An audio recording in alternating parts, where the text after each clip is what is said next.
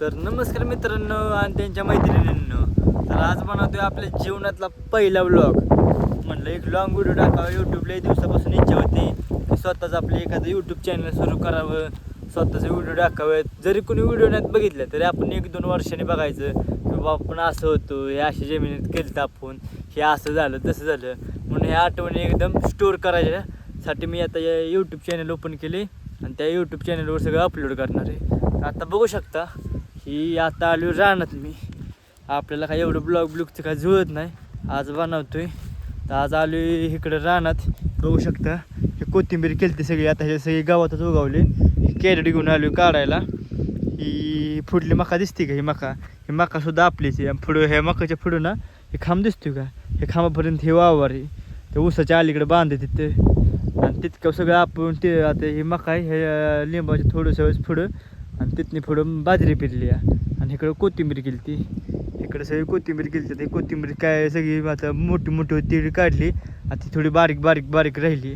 आपण काय कोणाला दिली नाही कोथिंबीर, आपल्या घरच्या घरी जिकायची, घरची आपली थोडीफार बसायचं बाजारात घेऊन तिथलं काय म्हणून ती चालायचं. आता हे थोडं आमच्याकडे 4-5 दिवस सलग पाऊस होता त्यामुळे आम्हाला काय काढा एवढी जमली नाही. पावसा पाण्याचं आजारी बी होतो तसं मी, त्यामुळे जुळली नाही. आता आलो काढा ते सगळी मोठी कोथिंबीर दिसते नाही, फुलं आलेली बिलेली सगळी देऊन टाकायची. आता काय ठेवायचं ना, वावर मोकळं करून ह्यात बाजरी पेरून घ्यायची. आता पाऊस येतोय आमच्याकडे, ते यंदा पाऊस नाही पण जुरू आपलं थोडं पडतंय. बाजारांना चांगला असतो तसला पाऊस म्हणून ती चालले. आता एक कॅरेट नेले, आता हे कॅरेट घ्यायचं आणि घरी ठेवून यायचं. घर इथून बी बरं झालं आम्ही. तुम्हाला दिसत असं काही दिसतात का? ही पांढरे तिकडे घर आहे आपलं. ते आपलं घर नाही, आपलं त्या घराच्या मागं, पण ते सांगते तुम्हाला काय अंदाजे. मग इथून तसंच ती घेऊन जायचं तिकडं. तर बघू शकता तुम्ही. आता काय एवढं आपल्याला जुळत नाही, तर काय बोलू मलाच काय कळना. पण आता दाखवतो तुम्हाला कसं काय नाही.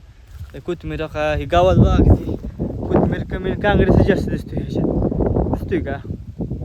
आणि कोथिंबीरीला एवढं खुरपता येत नाही. आता पहिलं औषध मारलेलं तेवढंच पावसाने पहिलं आणि बकरी बसवली, बकरीच्या लेंडक्यातनी जास्त म्हणजे गवतच असतं ना, आता ते बकरी गावातच खातात त्यामुळे थोडं बिबळीन उगावलं थोडं. आता चालायचं आता काय, शेतकरी म्हणल्यावर सगळं समजून घ्यायला लागते.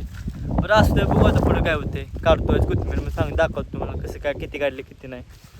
A few moments later. आता सगळी कोथिंबीर काढली बघा, हे दिसतंय का?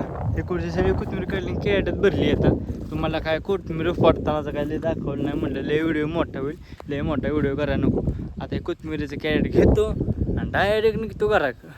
चला मग ब्लॉग आवडला असेल तर लाईक शेअर कमेंट सगळं करा. काय होतंय नसते आता आपल्या शेतकऱ्याला, आपणच शेतकरीच एकमेकाला साथ देणार, दुसरं कोण देणार आहे तेव्हा. म्हणून म्हणतोय सबस्क्राईब करावायची, व्हिडिओ दाखवतो तुम्हाला.